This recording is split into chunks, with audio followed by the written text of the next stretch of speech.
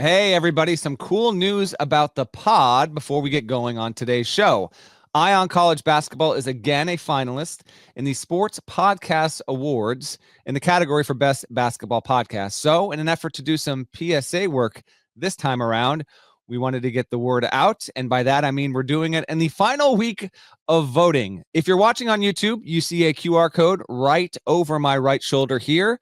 Feel free to tap that and head on through. If you are listening to this podcast on your phone, on a tablet, through any podcast provider you use, go to the episode description of this show. We will have a link to the Sports Podcast Awards site where you can go and log your vote. I've already done it. It takes less than 60 seconds to do. They tell me that these awards are entirely determined by fan votes, so let's go out and prove that. There's more of us than there are of them, and if we wind up winning, who knows? Maybe we'll finally actually start making and selling t-shirts related to the show that you can wear proudly. But regardless, appreciate you so much. Because of our listenership, you make this possible. So go ahead, go vote often, tell your friends. Appreciate you. And now let's get to the show.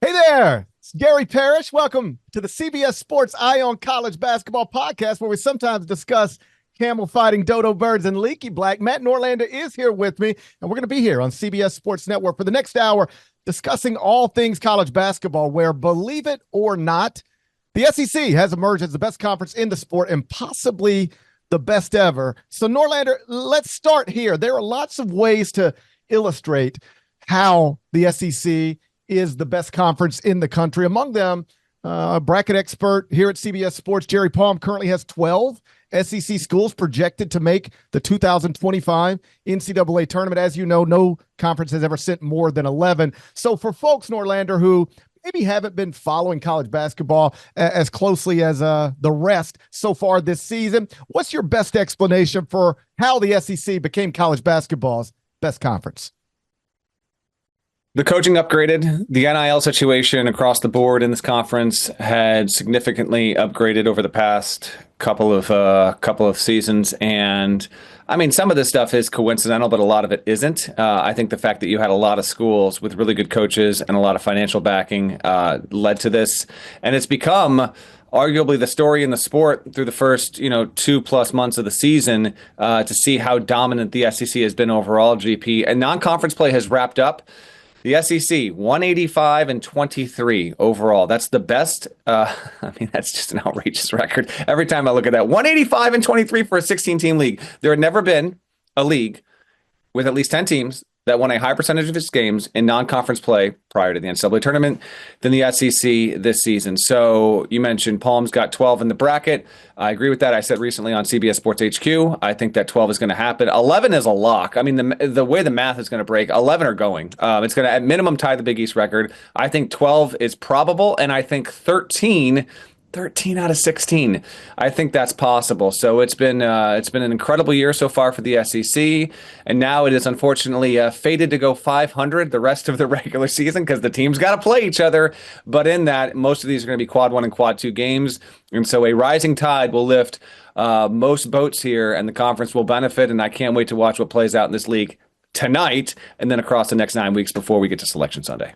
Well, you mentioned the coaching upgraded. I think that's undeniable. You referenced NIL. That's clearly a factor. Both of those things are tied to one thing: money. Money is how the SEC became the best conference in the country. And just to put some numbers on it right now, the SEC has 2 of the top 3 teams in the net, 4 of the top 9, 7 of the top 17, 14 of the top 47, and only 1 school outside of the top 62, which means right now, all road games in the SEC, other than a road game at South Carolina, is a quadrant 1 opportunity. So, yeah, schools are going to start losing because they have to play each other. But just about every loss you take, especially every loss you take on the road, is going to be a quality loss. And the wins are going to be big wins. And so these SEC schools are going to put together remarkable resumes in advance of Selection Sunday. And that's how they will probably get a record number of teams in the 2025 NCAA tournament. just to zero back in on the NIL and money factor of this, I think it's interesting. If you look at the top of the SEC, where you have not only 5 Final Four contenders, probably more, but I think at least 5 true national championship contenders, most people would put that list in some order of Tennessee, Auburn, Alabama, Kentucky, and Florida. Most people would consider those the top 5 teams in the SEC right now in some order. The leading scorer at each one of those places is a transfer, and is often a transfer from a mid-major. At Tennessee right now, leading scorer Chaz Lanier, transfer from North Florida. At Auburn, leading scorer Janai Broome, transfer from Morehead State. At Alabama, leading scorer Mark Sears, transfer from Ohio. Kentucky, leading scorer Otega Owe, transfer from Oklahoma. At Florida, leading scorer Walter Clayton, transfer from Iona. So those are arguably the top 5 teams in the SEC. None of them are led by 5-star freshmen. Most of them are led by older, experienced transfers, usually mid-major transfers, and it does really appear to seem like that's where we are at in the sport right now. If you were trying to build a real national championship contender, it is built through the transfer portal, not through the high schools anymore. Right, with a little bit of sprinkling of high-end freshmen having an impact there, because actually across the board, as an aside, oh, by the way, and we'll get to this on the podcast, not today, but later on this month, freshmen have been tremendous. The freshman impact across college basketball is noticeably better and more profound than it's been in recent seasons, but still, the point GP is making is really been the formula here within the SEC and generally speaking across the sport. Also, this is the last year of COVID eligibility. So in the 2021 season, there were still just a huge spate of games that either got postponed or just canceled altogether. It wasn't a full season. So the NCAA determined that every single NCAA athlete that was eligible during 2021, that did not count against your clock. This is the final year you get the bonus eligibility. And so as a function of that, you mentioned guys like Clayton, you mentioned guys like Broome, Chaz Lanier. There's a lot of them across the board who are getting that extra year of college. Mark Sears is another one, getting that extra year of college basketball. And as a result, by playing in the sport as 22, 23, 24-year-old men, I happen to think it's a very good thing for college basketball that we're having older players in a sport that has been afflicted to a certain extent with having, not just the transient element of it, that you're not going to get rid of that, but the one and done, the superstar, the star kind of players, GP. Well, on the back end of that, getting guys that are still sticking around for 4 or 5 years and getting to know them all the more and having a familiarity with them helps the sport overall. And for the context and purposes of the SEC, it's been a big thing. We talked about something on a recent episode about the SEC and its chances in the NCAA tournament. You mentioned right now, conceivably at minimum, 5 national championship contenders. Would you take an SEC team or the field to win the 2025 Big Dance right now? I think what history would tell you and smart people would tell you is that you should always take the field over any conference. Obviously, always take the field over any team. But this is obviously a place where it's at least worth a discussion. Again, right now, the SEC has 2 of the top 3 in the net, 4 of the top 9, 7 of the top 17. If you don't stretch true national championship contenders out past that too far, which a lot of different teams can make Final Fours. We saw that last season with NC State. But if you're really going to win 6 games in the tournament, cut nets on that first Monday night in April, you typically got to be borderline top 20 and probably better than that heading into it, probably much better than that heading into it. So let's just cut it off and say the SEC has 7 of the top 17, nearly half of the top 17 teams in the country, according to the net. I think I'd still maybe take the field over the SEC, but it's close. It's and arguably closer than it's ever been for any conference in the history of the sport. Yeah, when we talked about this previously, I took the SEC for fun. I'll stick with that. By the way, the SEC right now, 14 of its 16 teams rank in the top 50 of most and or all 7 team sheet metrics. So beyond the net, KenPom, KPI, Torvik, etc. It's incredible. Tennessee, of course, the last undefeated team. We'll see if that's true in 24 hours. The most common result, if you're curious, I do this analysis every so often. I'll have something on this on the court report at CBSSports.com on Wednesday.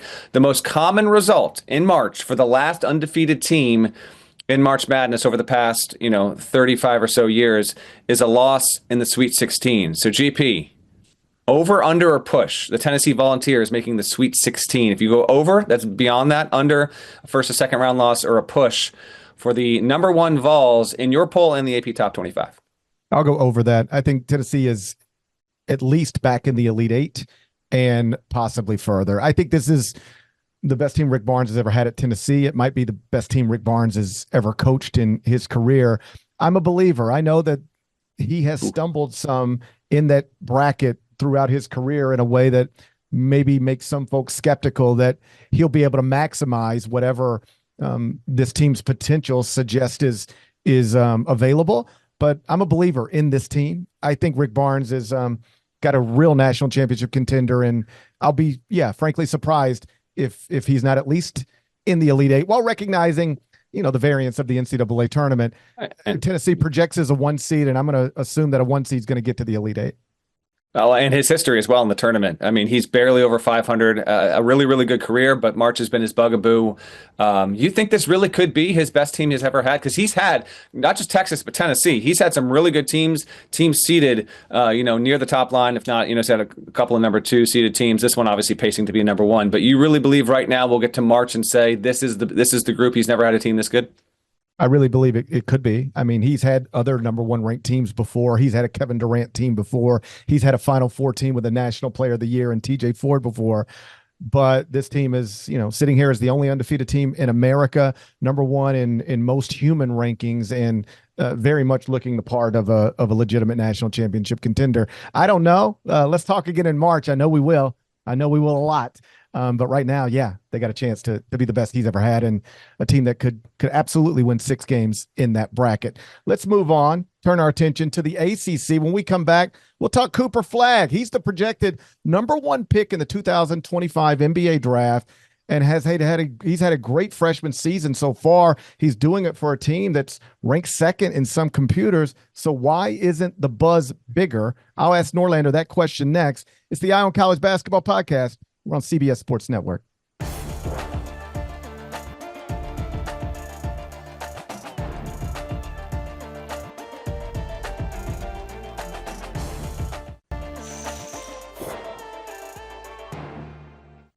Welcome back to the Eye on College Basketball Podcast on CBS Sports Network. As you might have heard, Cooper Flagg is the projected number 1 pick of the 2025 NBA draft.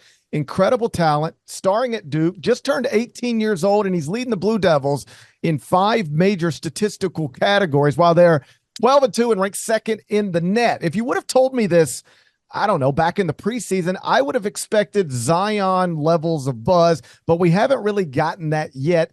Norlander, why? Why is Cooper Flagg not a bigger topic of conversation in sports? Great player, great prospect, great team, big brand, and outside of our little world, I've barely heard anything about it. I wouldn't put it that drastically. Barely heard anything about it. I still think he's a pretty big deal. I think juxtaposed against Zion Williamson, I think that's where you get into some trouble, because he's not Zion Williamson. He's not physically, he's not the same kind of player. His game isn't the same.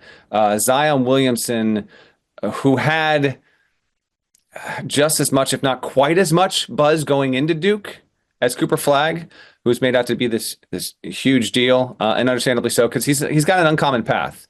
I mean, his body is growing, but essentially he's a lanky white kid from Maine who got to be number 1 in his given high school class, and we never see that. Me being tucked here in the Northeast, obviously, occasionally you'll get a 5-star prospect somewhere around Massachusetts. Obviously, New York City has them with regularity, but where I live in Connecticut, your Rhode Islands, your Vermonts, New Hampshire's, Maines, they don't produce potentially generational players, and so a lot of it was attached to that. I don't believe that he is capable of being a transformative player in college basketball the way that Zion Williamson was, but that's nothing against Cooper Flagg whatsoever. Statistically, I did pull up the stats, by the way. Here's where they're at right now. Cooper Flagg, 17.4 points, 8.4 boards, 3.6 assists, 1.6 steals, 1.3 blocks, a 30% shooter from 3. His player efficiency rating is 26.1. Okay? Here was Zion Williamson at the end of his season, after he went through the rigors of a better ACC. 22.6 points, so more than 5 points than Flagg right now. 8.9 rebounds, more than Flagg. 2.1 assists, not as many, 2.1 steals, more than Flagg, 1.8 blocks, more than Flagg, 68% from the field, a better three-point shooter, 33.8%, and he set the record, Zion Williamson, for player efficiency rating in a single season with 40.8. Flagg is 26.1. Zion's impact on the sport was so dominant and profound that I just don't know when we're going to see something like that again, because I remember doing this podcast with you, talking about him weekly, and us talking in the moment saying, when is the last time we have had a player that has resonated like this, particularly as a freshman? We couldn't recall it, certainly within this generation, within this century there. Duke is the number one seed right now. It's the best team by far in the ACC. There's a lot more people that are about to pay a lot more attention to college basketball. So as I told you recently, I think his big moments are coming. He has not had a moment in a game. Maybe it happens tonight against a good Pitt team. I think that's why, but it has been intriguing that for all of the hype and buildup of Cooper Flagg heading into the season, he has absolutely met the expectations from an on-court performance, in my opinion, but has not yet had that kaboom, here we are kind of moment. I think it's inevitable. Regardless, I want to at least applaud him for being as great, and I mean great, as he has been, because that is unquestionably the case if you've watched how he has helped carry Duke to this point. I guess that's my larger point, is that the hype was pretty intense in the offseason, pretty intense in the preseason. He's actually either met expectations or exceeded them. His team is great, and the hype doesn't even seem like where it was in the preseason. Perhaps this is just one not technically great way to illustrate it, but it's just an observation. I remember it didn't matter what market I was doing a radio hit in during the Zion Williamson season. Zion was going to get asked about it. I could be doing something in LA, New York, Chicago, small market, it didn't matter. Eventually, either right at the top or at the end, in the middle, we're getting to Zion Williamson. Everybody wanted to talk about it. Nobody asked me about Cooper Flagg. Nobody. Unless I'm talking in the Duke market, I don't get Cooper Flagg questions in my day-to-day. Perhaps it's just because, it's early. Perhaps it's because we've had a pretty busy news cycle. A presidential election, a high-profile murder that has gotten a lot of attention. I don't know. The Chiefs are going for a three-peat in the. I don't know exactly why, and I'm not suggesting it should necessarily be matching what Zion was, because as you pointed out, Zion was a different level of everything. But I just thought Cooper Flagg, who has been considered a generational talent for years, enrolls at Duke, lives up to expectations, perhaps exceeds them, and the Blue Devils are actually awesome. I just thought it would be at a different place than where it feels like it is right now. You might be right. It could change as soon as tonight. They host Pitt on national television, but I'm surprised it's just not bigger than it is right now. Can I ask you this? I'm of two minds of this. One, college basketball surely benefits by marketing its biggest and best players as frequently as it possibly can, and just exposing the sport in as many ways possible. And you do that. It's done it primarily through coaches, and I understand that's never going to change. Same thing on college football side. But when you have the 3 to 6 players that actually truly matter and can make an impact nationally, you want to do that. But at the same time, I'm actually a bit refreshed by the fact that we have not been, and I would think that a lot of people watching this right now or listening to the podcast would tend to agree, because the people that would tend to do this more often than not are the college basketball fans that are invested in it, that they haven't been slammed over the head with relentless, endless Cooper Flagg content left and right. I'm sure if you're involved on social media, or you've got your Instagram or TikTok algorithm, if you want to watch it, you're being fed that stuff. With the way that works, you're getting it as frequently as you want. But in terms of traditional mainstream media outlets, I would say this is actually a good thing, that we've allowed his season to kind of play out through more typical regular rhythms. And in terms of coverage and media response, it's been perhaps more appropriate, and isn't, for example, the way that it was. And I know there was some backlash in the moment. You might remember when Trae Young was tremendous. He led the country in points and assists. No player had ever done that. But the way that he was covered by some led to some hey man, there's more to this season than what Trae Young's doing there. We've avoided that to this point with Cooper Flagg, and I would argue that's actually a good thing for the college basketball fan. Again, Duke back on the court tonight hosting Pitt. Blue Devils listed as 14.5-point favorites in that one. When we come back, we'll travel from the short distance from Durham to Chapel Hill, where things aren't going so well this season. North Carolina is right now the highest ranked team from the preseason that finds itself no longer ranked. Are the Tar Heels going to make the NCAA tournament? Is it too early to start asking questions like that? I'll ask Norlander next on the Eye on College Basketball Podcast. We're on CBS Sports Network.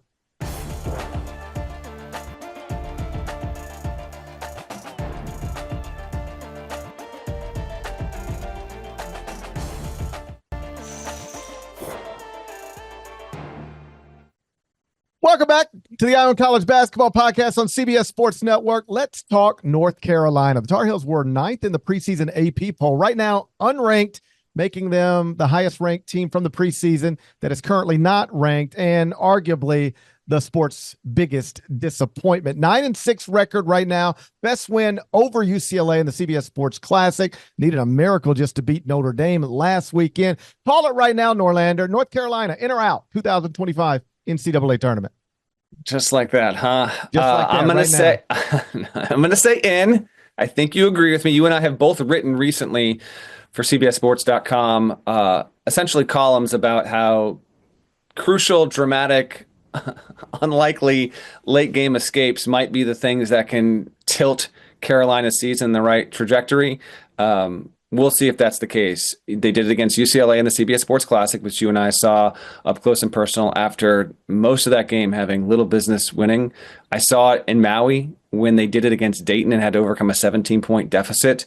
And then over the weekend, they got a very unlikely Houdini-esque escape against a just okay Notre Dame team thanks to a 4-point play with an iffy foul call against Elliot Cadeau in the closing seconds that enabled UNC to escape there.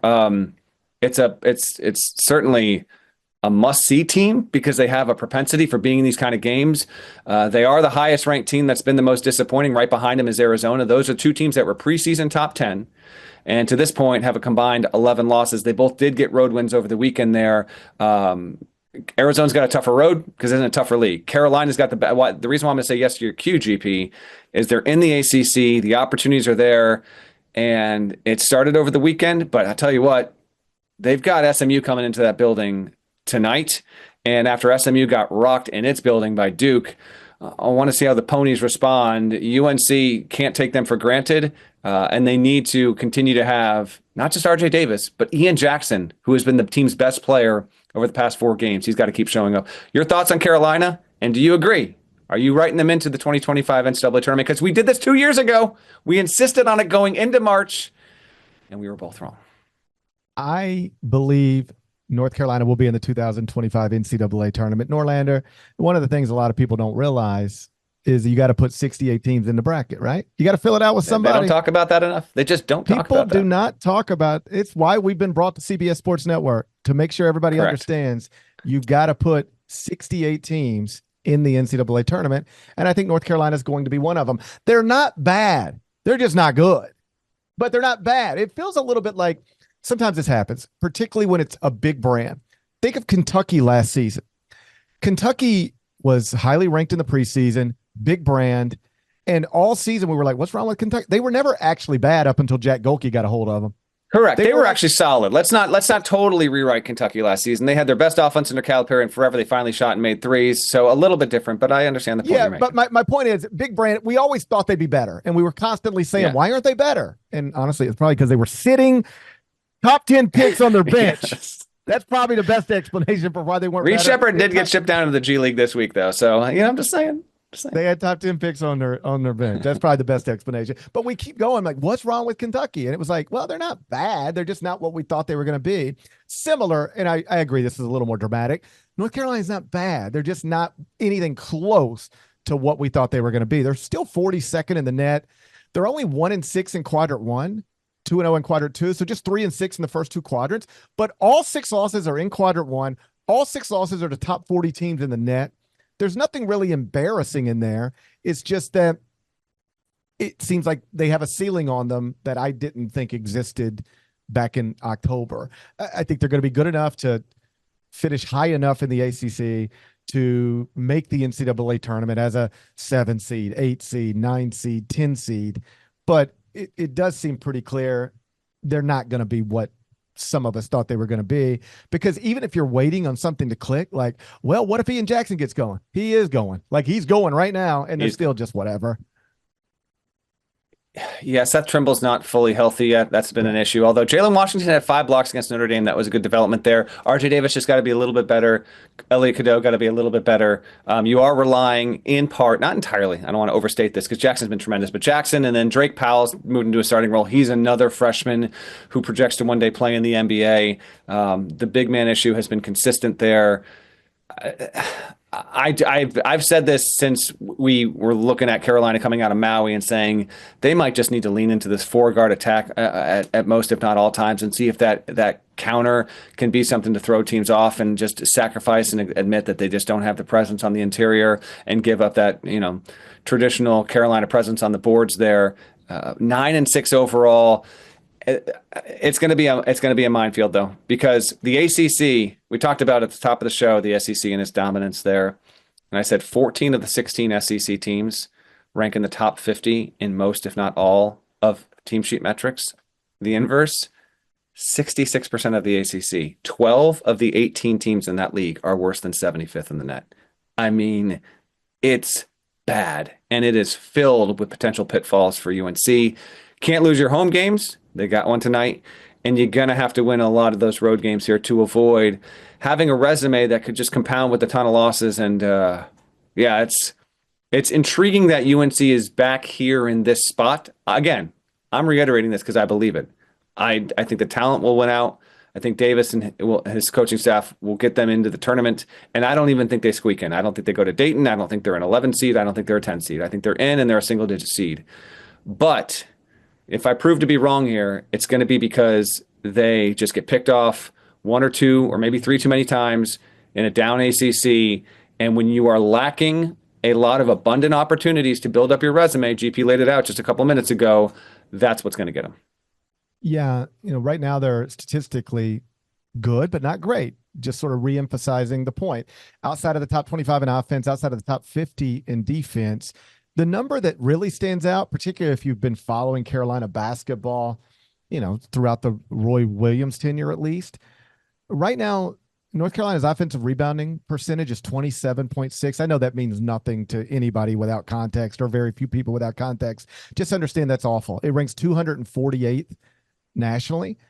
And the reason I bring up this somewhat obscure statistic is because when Roy was the coach, North Carolina's best teams, they would literally rank number 1 in this sometimes. They were always good at it. I remember talking to Roy Williams about it. Sort of the philosophy. Is this something you teach, or is this something you recruit? How much do you emphasize it? He's like, we recruit to it. We coach it. We teach it. We emphasize it. We're going to get extra shots on the offensive glass. It's important to us. It is less important to Hubert, and always has been, because he's tried to play a little smaller in spots than Roy played traditionally. But suddenly you're not getting the second shots that the Carolina program throughout my adult life has almost always gotten. And that's just among the reasons why you're not on offense what it is you expect from a North Carolina talented team. You mentioned Seth Trimble. He has for much of the season been their leading rebounder at 6'4". That's another problem. He's been sidelined with what's been described as an upper body injury. He is expected back for tonight's game against SMU. So that's obviously better than the alternative. But you're exactly right. In the ACC, they're not going to have one quadrant 1 opportunity after another the way SEC schools are going to have. Their biggest challenge is going to be avoiding bad losses. Again, right now, every one of their losses is to a team in the top 40 of the net. If we can still say that on Selection Sunday, they are in the NCAA tournament. No problem. Don't even worry about it. But they're going to have to avoid those types of landmines, if you will, throughout the ACC schedule. Real quick, one last thing before we move on. Sure. You and I both believe North Carolina is going to be in the NCAA tournament. That suggests that, Hubert Davis would be back for year 5. But if year 4 really gets off the rails and he misses the NCAA tournament twice in the past 3 years, 2 in his first 4 at North Carolina, is that a trouble spot for him, or just the type of thing that puts pressure on him heading into year 5? It's a trouble spot. I think you're trying to ask if I think Hubert Davis would get fired after not making the tournament 2 times in 3 years and for a second time in 4 years. I don't think that's quite think literally that what I asked. Well, you did not quite literally ask me if he would be fired, so I'll take it from here. I don't think he would be fired. The noise would be pretty large, Yeah. and we have seen things turn with some established coaches, more established than Davis in other spots. But I don't think, and listen, I'm fully aware of the fact that there are a heavy portion of UNC fans that would probably be demanding for a change because you are a blue blood. You are North Carolina. You don't miss the tournament 2 times in 3 seasons, particularly when in those seasons you were heading in the preseason number 1, and in this case, the preseason number 9. I would think that he is, particularly because of the fact that he's an alumnus there. They have had success. They've made a title game. They were a number 1 seed. He was Roy Williams' pick. Roy Williams is still very much around that university. I would expect him to get another season if they don't make it, but I think they're going to make it. I would too. I think if he makes it, he's obviously fine. If he doesn't, he's the face of the hot seat list heading into year 5 if they don't make it this season. But I would assume he still gets a year 5. When we come back, let's turn our attention to some coaches who are having slightly better seasons to date. Rick Barnes, Bruce Pearl, TJ Otzelberger, lots of great candidates for National Coach of the Year. I know who my pick would be right now. We'll talk about that next on the Eye on College Basketball Podcast. We're on CBS Sports Network.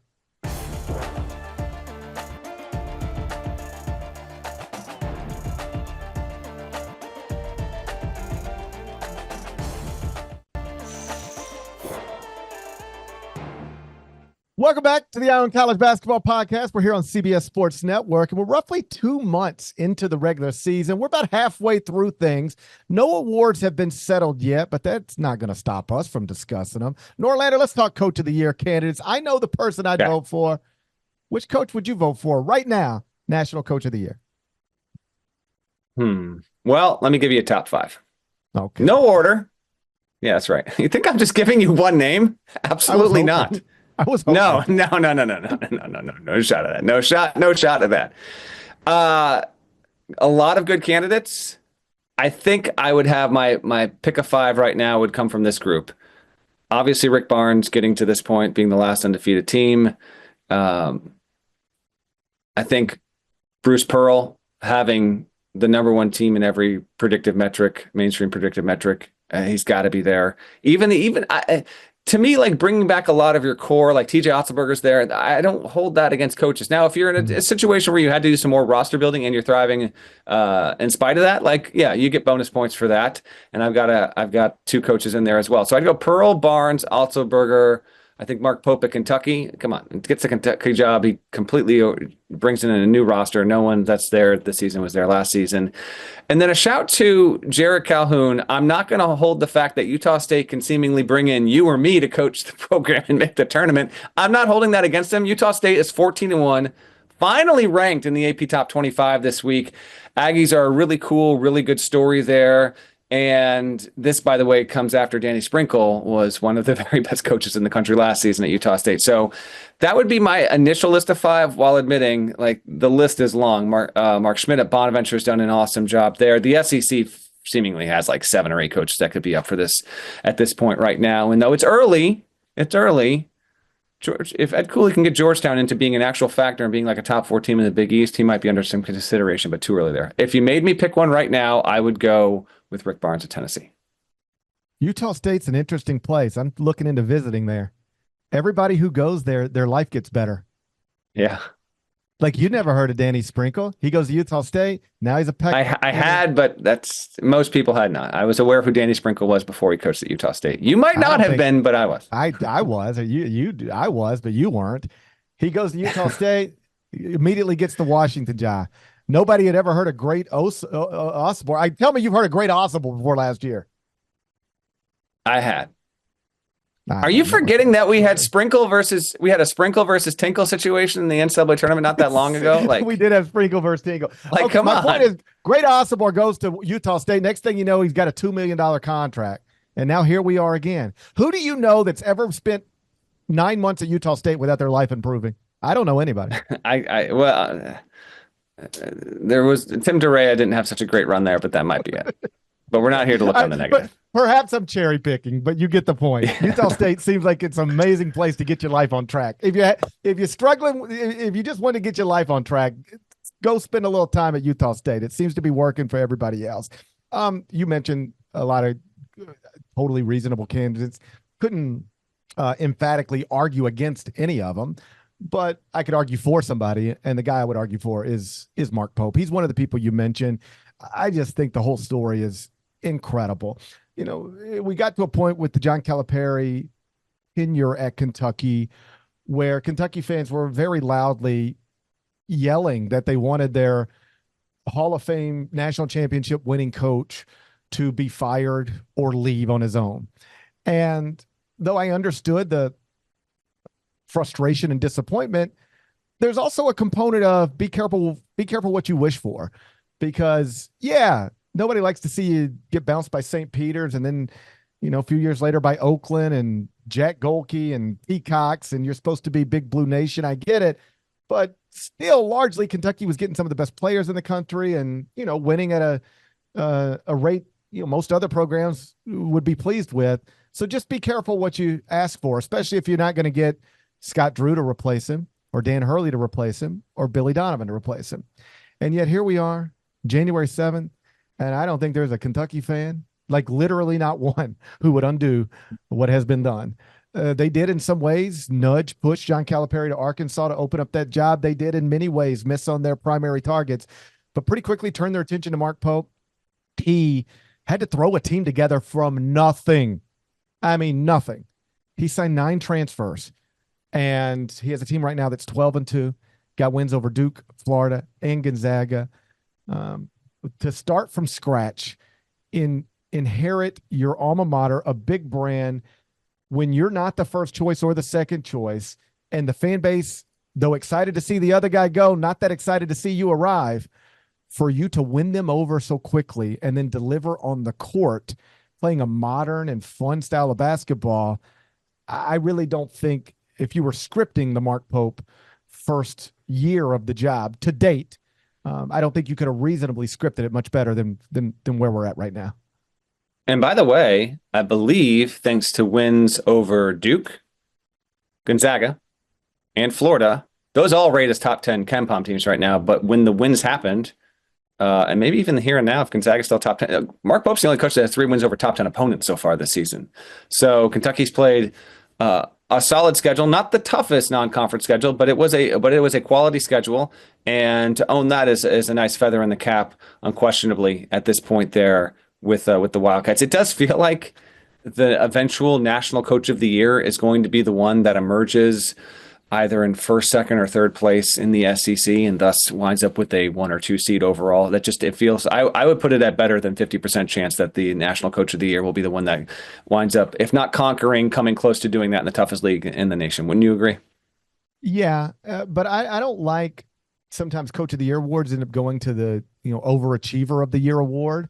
Like, he was picked last in his league and he finished 8th. Isn't that amazing? Well, you know, I'm more interested in the guys who can build teams that finish first or second than the guys who can finish. Sure. So Porter Moser, though, by the way, speaking of the SEC, 14th in the SEC, and right now he only has 1 loss, so he's another candidate. They got to get it done. We'll see where they land in the SEC, but he's a dark horse. Yeah, I'm very open. I'm more willing to pat those guys on the back as opposed to hand them coach of the year awards, because I think a lot of coach of the year stuff or a lot of coaching stuff in this sport is tied to roster building. Like, why did I ever think you were going to finish 14th in your league anyway? Like, you know, that's part of the job, having me never think you're going to finish 14th in your league. So I'm not going to penalize Bruce Pearl because I thought his team was going to be great and it is, and then, you know, and then credit other people because I didn't think their team was going to be good and it is. Like, I'll lean towards the guys who are great. But with Mark Pope, you check both boxes here. This is a guy who inherited nothing. You didn't know how good his team would be, and his team looks like it's one of the very best teams in the country, creating one of the very best resumes in the country. Again, Kentucky right now, 12-2, wins over Duke, Florida, and Gonzaga. And perhaps even more important than that, the fan base is totally on board. He's won them over. The guy was singing happy birthday to strangers in a restaurant this weekend after a victory over Florida. Kentucky fans seem back engaged. He seems to really embrace that aspect of the job. You know, I sat down with Mark here in New York, you know, at a nice hotel just off of Central Park a couple of weeks ago in advance of the CBS Sports Classic. And he really gets it. He was saying things like, I have to make. I was asking him about making the fan base a part of this thing in ways that maybe they hadn't been so much in recent years. And he said, you have to do that. I have to do that. What does it really mean if I go win a national title or two or however many, if it doesn't mean something to everybody? Like, I got to have these people with me while I'm doing this. And he seems to understand that, embrace it, and he's been excellent at it. We'll see where it goes from here. But right now, if I got to turn in a ballot, my coach of the year, Mark Pope at Kentucky. When we come back, turn our attention to tonight's schedule. It is loaded. We got a doubleheader on CBS Sports Network. The number one team in the country is on the road and an underdog. We'll talk tonight's schedule next. It's the Eye on College Basketball Podcast, CBS Sports Network.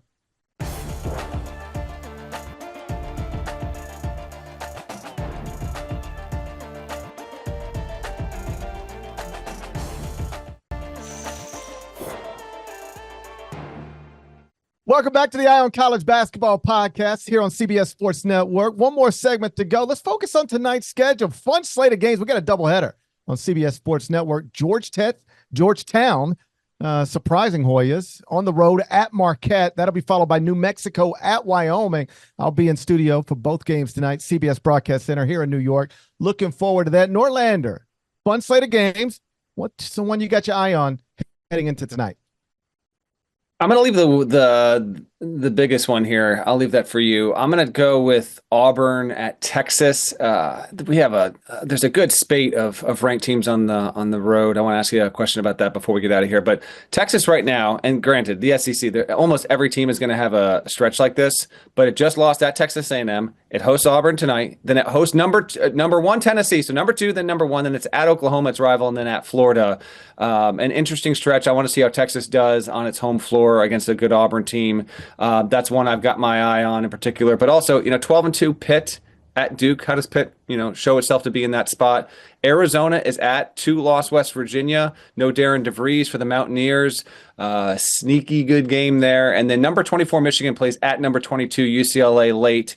That's an intriguing one as well. GP, you look up and down the schedule. We have got 12 ranked teams playing in 10 games on Tuesday night. So at least two of them are guaranteed to lose because we've got two ranked unranked matchups, including what I just mentioned and what you're just about to mention. One, what's your favorite game? And two, I'm setting the over-under at 4.5 ranked teams losing on Tuesday and us talking about it on the Wednesday AM edition of the podcast. You going over or under 4.5 ranked losses tonight? I'll go under, but it's close. And I think the swing games, if you will, are going to be Arizona at West Virginia. The Wildcats just slight favorites there. And then after I spent like 5 minutes talking about how incredible Mark Pope is, they're in a tough one tonight too at Georgia. Georgia 12-2, another one of those SEC schools that's a little off the radar, but a nice record. UK only a 2.5-point favorite there. Those are the games that you want to, whether this goes over 4.5 or under 4.5, going to be determined by West Virginia and Georgia playing at home. Probably the biggest game of the night. It's Tennessee at Florida. Top-ranked Vols, number one in the AP poll, number one in my top 25 and one. Only undefeated team in the sport, and yet underdogs tonight at the O-Dome down in Gainesville. The line opened Florida -1.5. It's now moved to Florida -3.5. So that suggests that the betting markets at least think on some level Tennessee will lose its first game tonight, and we'll have 0 undefeated teams when we talk tomorrow morning. Can I give you a trivia time before we get out of here? Tennessee is the last undefeated team. Trivia time. What was the last undefeated team to go on to win the national championship? It happened in the past 10 years. Last undefeated team to win the national championship in 10 years. Yeah. 2015 Duke. It was the 2018-19 Virginia Cavaliers under Tony Bennett. They made it to January 19th of that season. Lost to Zion Williamson and Duke that season. So we'll see if Tennessee can go on and do what Virginia did. And then doesn't guarantee you being the last team that you even make the Final Four, but it's usually a pretty good indication that you're a pretty good team here. This is a stacked Tuesday night slate. Can't wait to watch it. We'll obviously have plenty to discuss on the Wednesday morning edition of Eye on College Basketball. If you're watching us on CBS Sports Network right now, a reminder, you can catch the show whenever on the YouTube channel. We go live there. It's available in every single podcast feed, and we will have plenty to discuss on Wednesday because no matter what happens here, there's going to be a variety of storylines, and it feels like we are inevitably going to have a couple of notable upsets happening Tuesday night. Look at promo Norlander coming in to close the show. I like That's it. right.